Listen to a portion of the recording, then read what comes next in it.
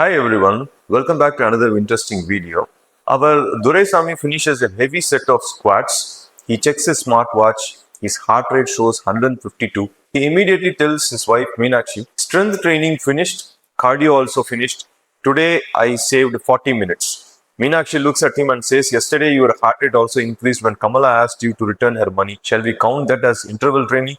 But Duresami's question is actually a very good one. Your heart is beating rapidly, you are breathing heavily, you are sweating, your watch even says that you have entered zone 4. So, does a high heart rate during weight training mean that you have also completed your cardio? The answer requires one important distinction. Making the heart work hard for short periods is not necessarily the same as training it to sustain the blood and oxygen delivery for a longer period. Both are valuable, but they do not challenge the cardiovascular system in exactly the same way.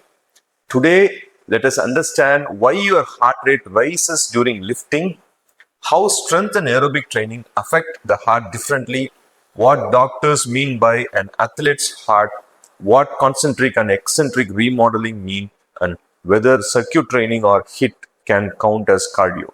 Part 1. Heart rate is a measurement and not a training category. The first idea is simple. Heart rate is a measurement. It is not an exercise category. It tells you how many times your heart beats every minute. But heart rate alone does not tell you how much blood is pumped with each beat, how much oxygen is carried to the muscle, how long the demand is sustained, what is happening to the blood vessels, or what long-term adaptation the exercise may produce. Think of two cars. Both engines may be running at 5,000 revolutions per minute. One car is moving smoothly along a highway, the other is stuck in the mud with its spinning.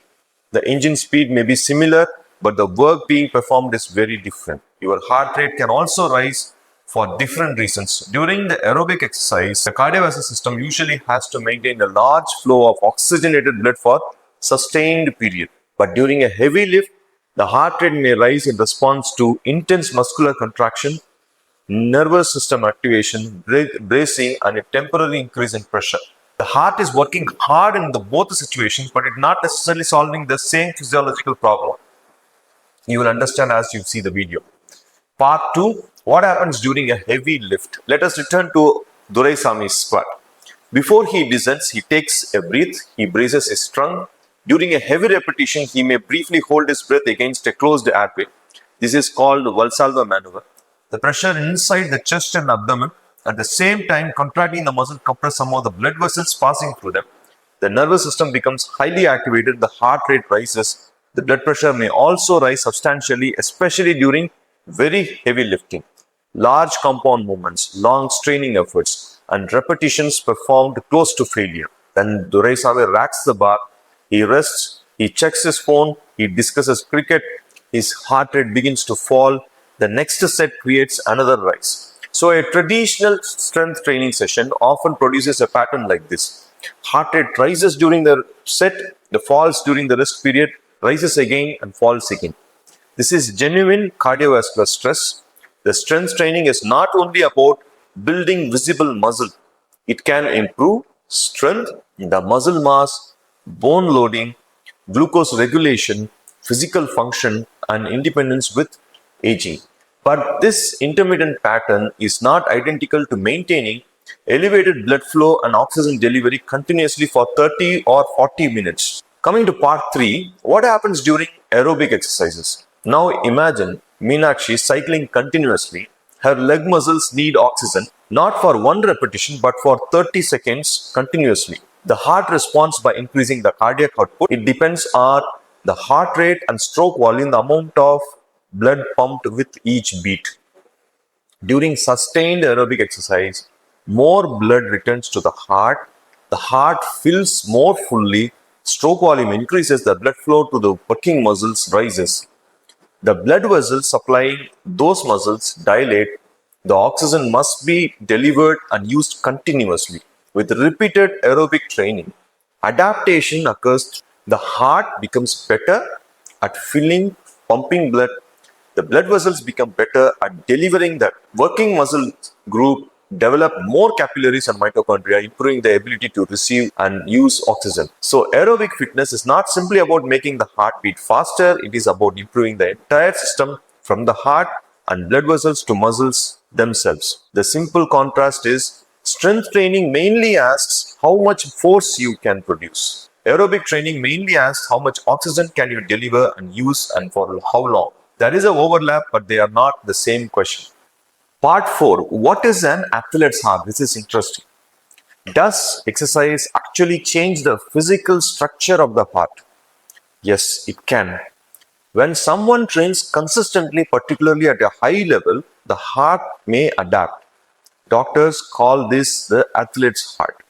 Athlete's heart mainly involves three categories of cardiac adaptations. One, structural changes. These include changes in the heart chamber size, wall thickness, the cardiac muscle mass, and functional changes. These include changes in the heart filling, the stroke volume, the cardiac output, and the ability to sustain the exercise, and electrical changes. These may appear as changes in resting heart rate, heart rhythm, and certain ECG patterns. These changes are usually physiological adaptations to repeated training. They are not automatically signs of a disease, but precise pattern depends on the type of sport, the intensity of the training, the duration of the training, body size, age, sex, and individual biology. Now, part 5, the core of this video, the eccentric and the concentric remodeling. Traditionally, sports cardiology described two broad patterns of heart adaptations. Let us use a bicycle tire to understand them. Eccentric remodeling. During endurance exercises, the heart repeatedly handles a large volume of blood. Over time, the main pumping chamber may become larger, while the wall may also become moderately thicker. Imagine a bicycle wheel and tire becoming a larger bicycle wheel and tire. The inner opening becomes larger. The tire also becomes somewhat thicker to support the larger structure. That is a simplified picture of eccentric remodeling. The heart can hold and pump more blood with each beat. Now the concentric remodeling, during heavy resistant training, the heart experiences repeated pressure loads. The wall becomes thicker relative to the size of the chamber. Imagine keeping approximately the same bicycle wheel size but fitting it with a much thicker tire. The tire wall becomes thicker, but inner opening does not enlarge to the same degree. That is a simplified picture of concentric remodeling. But remember, these analogies are teaching tools. A real athlete's heart does not fit perfectly into one picture. Part 6. The two patterns are not absolute. The classic circulation meta-analysis examined 59 studies involving 1,451 male athletes. Strength-trained athletes had greater relative wall thickness on average. Endurance-trained athletes tended to have larger internal left ventricular dimensions. Both groups showed some increase in wall thickness and chamber size. The overall measures of pumping and filling functions were not significantly different from those of control participants. The authors therefore concluded the strength-trained heart versus endurance-trained heart should not be treated as a strict either or classification. In 2008 review reached a similar conclusion. Endurance exercise produces both volume and pressure loading. Resistance exercises also increases heart rate, cardiac output, and blood pressure. The adaptations overlap. So we should not say lifters develop one type of heart and runners develop a completely different type of heart. A more accurate statement is different forms of exercises emphasize different cardiovascular demand, but the resulting adaptations exist on a spectrum. A cyclist, rower, runner, footballer, and a powerlifter may each develop a different mixture. The heart does not read your training program and select one of the two textbook boxes. Part 7. Is athlete's heart a disease? Usually, athlete's heart is a normal physiological adaptation. In athlete's heart, structural changes generally occurs with preserved heart function that is different from pathological enlargement caused by conditions such as long-standing uncontrolled hypertension, cardiomyopathy, inflammation, or myocardial scarring. However, normal athletic adaptations can sometimes resemble heart disease on an ECG or echocardiogram. For example, a larger athlete's heart may resemble dilated cardiomyopathy. A thicker athletic heart may resemble hypertrophic cardiomyopathy. That's why doctors do not make the distinction from chamber size alone. They consider symptoms, family history, ECG findings, heart functions on the echocardiography, exercise capacity, the heart rhythm monitoring, and when appropriate, cardiac MRI also. In 2015, European Heart Journal review explains that normal athletic adaptation can occasionally overlap in appearance with cardiomyopathy and may require expert assessment. So, a bigger heart is not automatically a diseased heart. A thicker wall is not automatically dangerous. And a smartwatch cannot diagnose an athlete's heart. Coming to part 8. Can circuit training count as cardio? Now, Kamala joins the discussion. She says, I do kettlebell swings, step ups, loaded carries, and burpees with very little rest. My heart rate remains high for 20 minutes. Surely that has an aerobic component. Kamala may be correct. Please do not tell her I said that. She will mention it at every family function. Resistance training is not one single type of workout. Compare 3 heavy deadlifts followed by 4 minutes of rest with a continuous circuit involving large muscle groups and short rest periods. The continuous circuit may create a meaningful aerobic stimulus, but the question is not only did the heart rate rise. Ask instead, was the demand sustained? Were large muscle groups working continuously or rhythmically? Was oxygen demand elevated for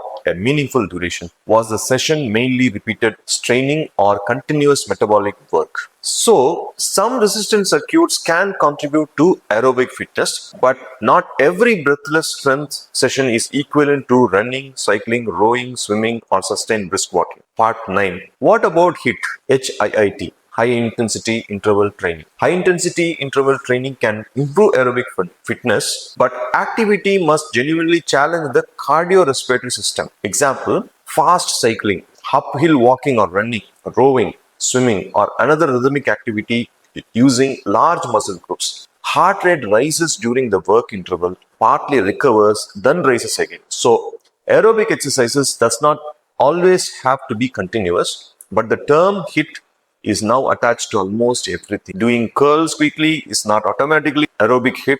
During random exercises until you feel exhausted is not automatically evidence-based cardiovascular training. The training effect depends on the activity, work interval duration, recovery duration, total session volume, and the person's current fitness. One person's brisk walk may be another person's easy recovery. Part 10. How much aerobic activity is needed? The reassuring message is that meaningful benefit does not require becoming an endurance athlete. In 2015, review discussed substantially cardiovascular benefit from relatively modest weekly exercise. It referred to approximately 2 hours of purposeful activity per week divided across several sessions with examples such as brisk walking, gentle jogging, and cycling. It also emphasized that even lower levels of activity were better than complete inactivity. But this should not be treated as one magical universal dose.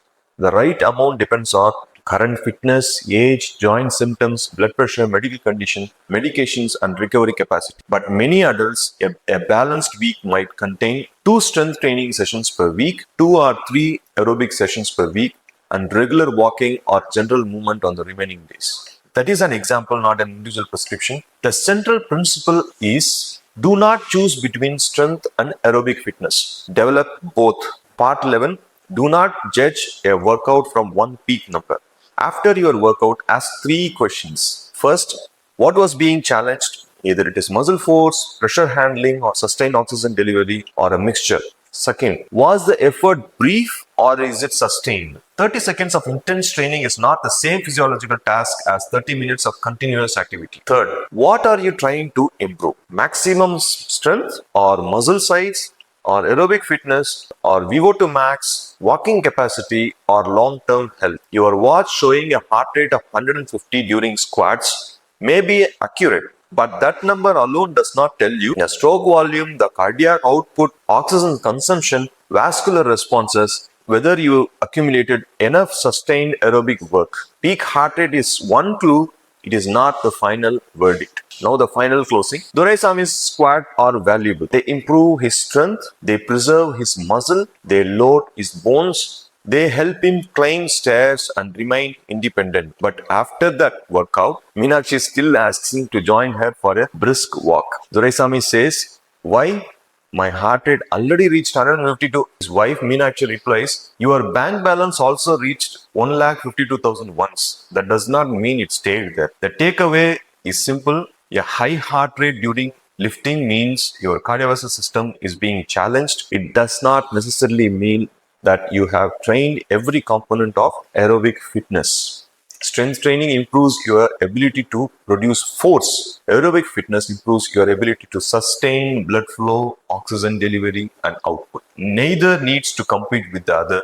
Train strength, train endurance, build both. This video is for general education and does not replace individual medical assessment. Chest discomfort, unexplained fainting, sustained palpitations, unusual breathlessness, or an unexplained decline in exercise tolerance should not be dismissed as normal training adaptation and deserves appropriate clinical evaluation. See you in the next video, friends. Until then, goodbye.